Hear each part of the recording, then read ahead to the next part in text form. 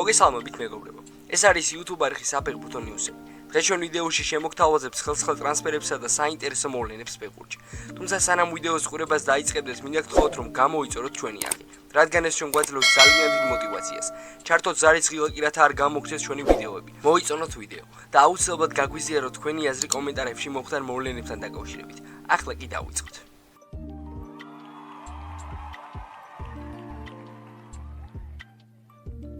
ავსტრიის ბუნდესლიგის მე-19 ტურში ტიროლამ შინგრაცი შტურმს 1-0 მოუგო. მიმდინარე სეზონის ბუნდესლიგაში შტურმა 19-დან 8 მატჩი დათმო. 31 ქულით მესამე ადგილზეა და ლიდერ ზალცბურგს 1 ქულით ჩამორჩება. ოთარ კიტეიშვილის სასტარტო 11-ში იყო, თუმცა ტრამვის გამო პირველივე ტაიმის მიწურულს 42 წუთზე შეცვალეს. ამ ეტაპზე უცნობია რამდენად მძიმეა დაზიანება და მოუწევს თუ არა ქართულს მატჩის ან მატჩების გამოტოვება. მატჩის დასრულების შემდეგ გამოცემა ქიქერმა კიტეიშვილის შესახებ დაწერა. შემოქმედებით ნაწილში არსებული კრიზისის ფონზე შტურმის ბანაკში ოთარ კიტეიშვილის გამოკვლევის შედეგებს დიდი მღელვარებით ელიან. შესვენებამდე ცოტა ხნით ადრე პლეიმეიკერმა მოედანი ტრამვის გამო დატოვა. მას ბარზაკის კუნთმა შეაწუხა. თავად ქართველი ფეხბურთელის თქმით, თავდაპირველად კივილი ძლიერი არ იყო, თუმცა შემდეგ გაძლიერდა. 29 წლის ფეხბურთელის გამოკლება, რომელსაც ინსბრუკში თამაში მარცხენა ფლანგიდან უნდა ედირიჟორა, მოქმედი ჩემპიონისთვის მძიმე დარტყმა იქნება. ოთარ კიტეიშვილმა მიმდინარე სეზონში საკლუბო დონეზე გამართულ 28 შეხვედრაში 12 გოლი გაიტანა და 4 საგოლე გადაცემა შეასრულა. შიდა ჩემპიონატში ქართველი ნახევარმცველი გუნდის საუკეთესო ბომბარდირია, 8 გატანილი გოლით. 16 მატჩში მის ანგარიშზე 3 საგოლე გადაცემა. ევროპა ლიგის 7 შეხვედრაში 3 გოლი შეაგდო. რაც შეეხება ავსტრიისთას, კიტემ 3 მატჩში 1 გოლით დაეხმარა გუნდს. ლა ლიგის 24 ტურში ვილიარეალი, რომლის ღირსებასაც საქართველოს ნაკრების ფორვარდი გიორგი მიქავუტაძე ისავს, ხეტაფეს ესტუმრა და 1-2 დამარცხდა. 51 წუთზე მაურო არაბარმამ გახსნა ანგარიში. 53-ზე კი მარტინ სატრიონამ ხეტაფეს უპირატესობა გაძარდა. მიქავუტაძე სათადარი გოთას კამზე იყო და თამაში მხოლოდ 65 წუთზე ჩაერთო. 76-ზე კი ლა ლიგის მიმდინარე გათამაშებაში თავისი მე-7 გოლი გაიტანა. ქართველმა ფორვარდმა სოფასკორისგან 7.1 შეფასება დაიმსახურა. მისი სტატისტიკა კი ასეთი იყო: 1 გოლი, 2 დარტყმა კარში, 13 შეხება ბურთთან, 2 წარმატებული დრიბლინგი, 7-დან 4 ზუსტი პასი, 3-დან 2 მოგებული ორთაბრძოლა და 1 წაგებული საჰაერო ორთაბრძოლა. მატჩის დასრულების შემდეგ ყვითელი წყალქვეშა ნავის მთავარმა მწვრთნელმა მარსელინიო გარსია ტორალმა კომენტარი გააკეთა. ვიცოდით როგორ უნდა გვითამაშა, მაგრამ არაფერი გამოგვივიდა. პირველ ტაიმში პასიურები ვიყავით, განსაკუთრებით შეტევაში. როდესაც მოწინააღმდეგე გუნდის კარს ან საჯარიმოს უახლოვდები, გამარჯვება შეუძლებელია. ხეტაფეს ბევრი შანსი არ ჰქონდა, მათ შორის სულელური შეცდომებით ისარგებლეს. ყველა მიცის რომ მოწინააღმდეგის მაისურზე მოკაჩვა პენალტია. თამაშამდე განვიხილოთ 2 სიტუაცია, რომლებშიც არ უნდა აღმოჩენილიყავით. 10 ფეხბურთელით არ უნდა დავრჩენილიყავით და პენალტი არ მიგვეყო. საბოლოო ჯამში ხეტაფეს გამარჯვება დამსახურებული იყო. ამაში წვლილი ჩვენი შეცდომებით ჩვენ შევიტანეთ. სამომავლოდ გამარჯვებისთვის ასეთი შეცდომები თავიდან უნდა ავიცილოთ. მატჩის შემდეგ ჟორჟ და ესპანურმა გამოცემა სუპორტებორტმა ისაუბრა და ქართველი მოთამაშე შეაქო. ერთთვიანი მშრალი სერია გიორგი მიქაუტაძემ ესპანიელთა გატანილი ბრწყინვალე გოლით დაასრულა, თუმცა მისი ნაყოფიერი ასპარეზობა ამით არ შემოფარგლულა. ჟორჟმა მოლეიროს ასისტომაც გაუწია და დღესაც შესანიშნავი გოლი გაიტანა. ის აგრძელებს ტურიდან ტურამდე სრულყოფას და თავისი თამაშის რეგულარულ გაუმჯობესებას. მიქაუტაძის თამაში თითქოს ერთი რამი გრძნობა. ის კარგად აცნობიერებს იმ პასუხისგებლობას, რომელიც მას როგორც ვილიარეალის ყველაზე ძვირადღირებულ შენაძენს აკისრია და ცდილობს თავისი მკვლელის ინსტინქტით კლუბს ქულების დაგროვებაში დაეხმაროს. მიუხედავად არც თუ სახარბიელო სტარტისა, გიორგიმ ბოლო პერიოდში აშკარად მოუმატა და მის აქტივჯერ უკვე 12 საგოლე მოქმედებაა, რაც ცუდი შედეგი ნამდვილად არ გახლავთ. ცნობისთვის ამ წაგების შემდეგ ვილიარეალს 45 ქულა დარჩა და სატურნიროს ხილში მე-4 ადგილს იკავებს. გამარჯვების შემთხვევაში მარსელინიოს გუნდი ატლეტიკოს გადაასწრებდა და მესამე პოზიციას დაიკავებდა. შემდეგ ტურში ყვითელი წყალქვეშა ნავი ლევანტეს ესტუმრება. საფრანგეთის ლიგა 1-ის 22 ტურში PSG სტუმრად რენთან 1-3 დამარცხდა. თუმცა მარცხი უსმან დემბელეს მატჩის შემდგომმა კომენტარმა გადაფარა. დემბელე მეჭქვეშ დააყენა ზოგიერთი თანაგუნდელის ქცევა, რომელიც ზედმეტად ინდივიდუალისტურად და ეგოისტურად მიიჩნია.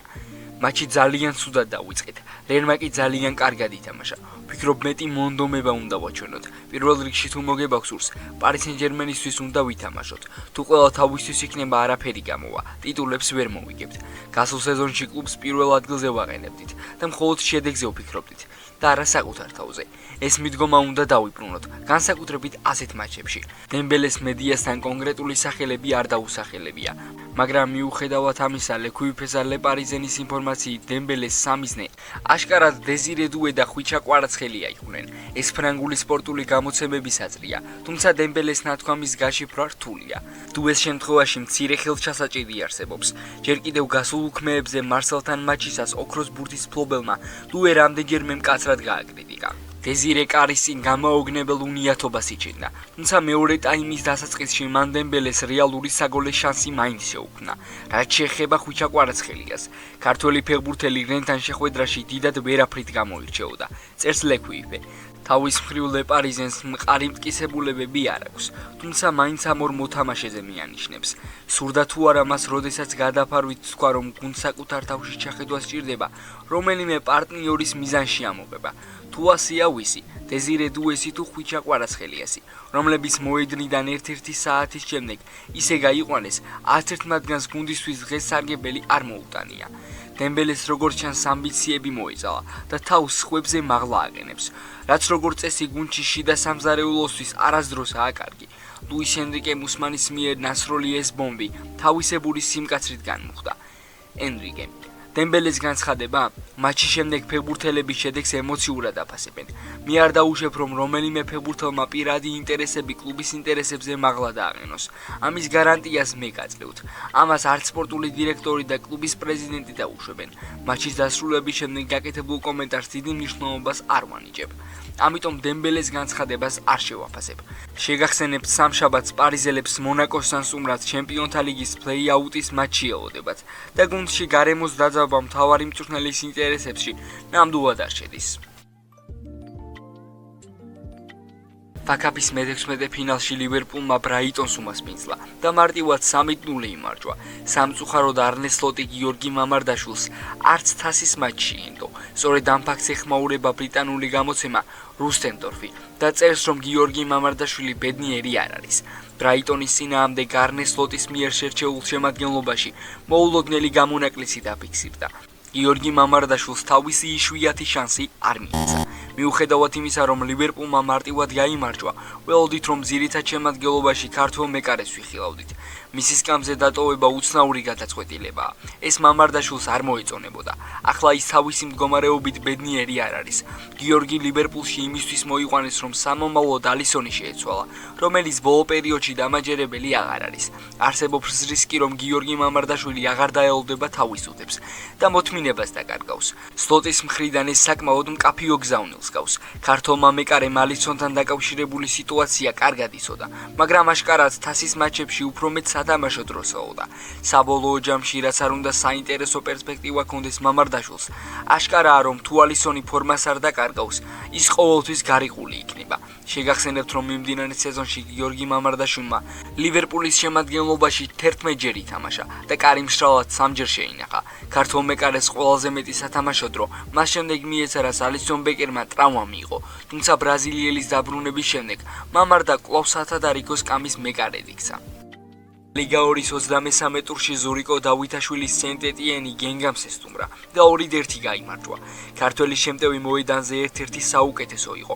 მე-10 წუთზე ლუკას ტასენმა პენალტი მოიპოვა, რომელიც გოლად დავითაშვილმა აქცია. მე-14 წუთზე კი ახლო მანძილიდან თაური დარტყმით ზურიკომ დუბლი გაიფორმა. მე-60 წუთზე დონატინ გომისმა ანგარიშის ჩამორჩენა შეამცირა, თუმცა ეს მასპინძელთა მაქსიმუმი აღმოჩნდა. მწვანეებმა კი 3 ქულის აღება მაინც მოახერხეს. სოფასკორმა დავითაშვილის თამაში 8.3 ქულით შეაფასა. ზურიკოს სტატისტიკა კი ასეთი იყო: 2 გოლი, 2 საკვანძო პასი, 3-დან 2 ზუსტი ჩაწოდება, 37-დან 29 ზუსტი პასი, 2 დარტყმა კარში, 59 შეხება ბურთთან, 5-დან 1 მოგებული ორთაბრძოლა და 4-დან 3 მოგებული საჰაერო ორთაბრძოლა. შეგახსენებთ, 23 ტურის შემდეგ სენტ-ეტიენი 40 ქულით ლიგა 2-ის სატურნირო ცხრილის მესამე პოზიციაზეა. ამდენივე ქულა აქვთ რეიმს და რედსტარს, ხოლო ტრუა 41 ქულით ლიდერობს და ერთი მატჩით ნაკლები აქვს ჩატარებული. მეგობრებო, დღეისათვის სულ ეს იყო.